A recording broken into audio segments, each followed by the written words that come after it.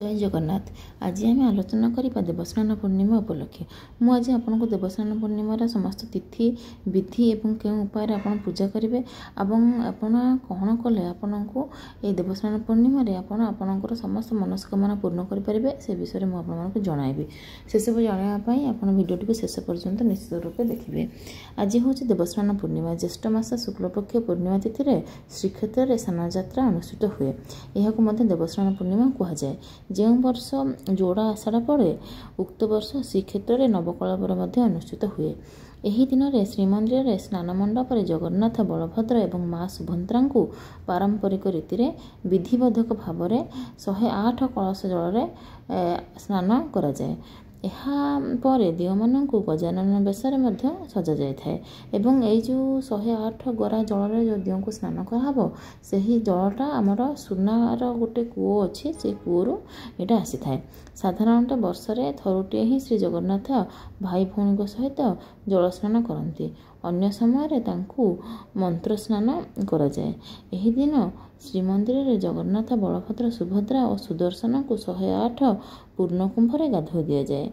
यही दिन को जगन्नाथ जन्मदिन रूप में पालन करा जाए। यह रथयात्रा आगु पालित होता है एवं खूब विधि विधान सहित श्रीक्षेत्र में यही देवस्नान पूर्णिमा पालन करा जाए। चलते जाना यार इतिहास आमर कौन रही आमर कहीं देवस्नान पूर्णिमा पालन करा पछरे कौन रही रहस्य। पुराण अनुसार शास्त्र मतरे ज्येष्ठ पूर्णिमा दिवस में महाप्रभुंर आविर्भाव होता। ज्येष्ठ मास पूर्णिमा महाप्रभुंर प्रथम ये लीला होता।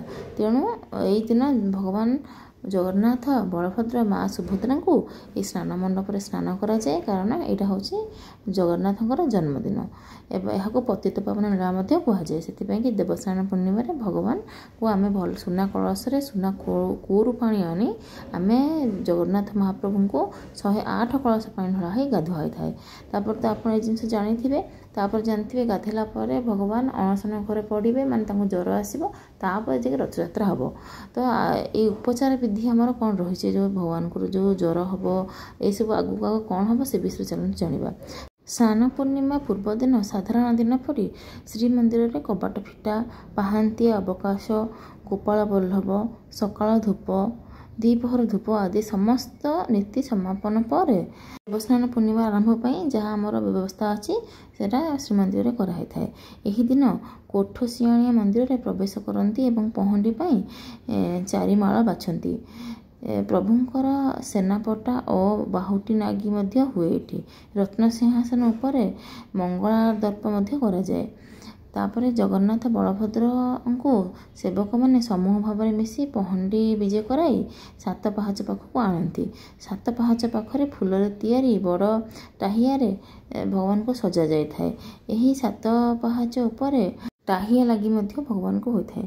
तापर भगवान को बंदापना एसबू कराई आमर राघव दास मठर आसीथिबा घसा लगी होता है। देवस्नान पूर्णिमार पूर्व दिन महाप्रभु श्रीमंदिर देवजान मार्ग थिबा सुना कूओरु 108 कलश पानी संग्रह करा जाए। सही सुना कूओटी शीतल ठाकुराणी और तांको बाहना सिंह मध्य रही पर एपरी यही कूओरु वर्ष सारा सिंह ही सुरक्षित रखि थाए। ये कूओर पानी वर्ष को थरे ही व्यवहार करा जाए महाप्रभुंकर स्नान पाई। तापर कूओटी को पुणी बंद कर दिया जाए।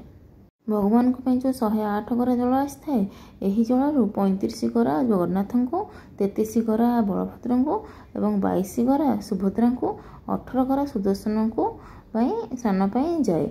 यह को प्रत्यक्ष अवकाश कहती। प्रभुंकर यही दिन गजानन बेश होता है। आपड़ जब भिडियो देखिपे आगू को देखिए आप भिडियो भगवान को जो मैंने आम गजानन बेश सजा जाए। तापर चतुर्धा मूर्ति को 15 दिन धरी ज्वर पड़ती। यह को अणासण कहुए। 15 दिन भक्त मैंने महाप्रभु दर्शन लाभ करें ना। यही समय उक्त भक्त मैंने निकटस्थ ब्रह्मगिरी में पूजित होता अलारनाथ को दर्शन करते।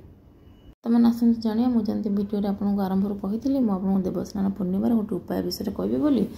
ଆପଣଙ୍କର ଯାହା ବି ପୂର୍ବ ପାପ ଅଛି ଯଦି ଆପଣ ଏଇ ଦେବସ୍ନାନ ପୂର୍ଣ୍ଣିମା ଦିନ କିଛି ପବିତ୍ର ନଦୀରେ ଆପଣ ସ୍ନାନ କରନ୍ତି ଏବଂ ଭଗବାନ ବିଷ୍ଣୁଙ୍କୁ ଭଗବାନ ଜଗନ୍ନାଥଙ୍କୁ ଆରାଧନା କରନ୍ତି ତାହେଲେ ଆପଣଙ୍କର ସବୁ ମନସ୍କାମନା ପୂର୍ଣ୍ଣ ହେବା ସହିତ ଆପଣଙ୍କର ପୂର୍ବ ପାପ ମଧ୍ୟ ଦୂର ହୋଇଯିବ।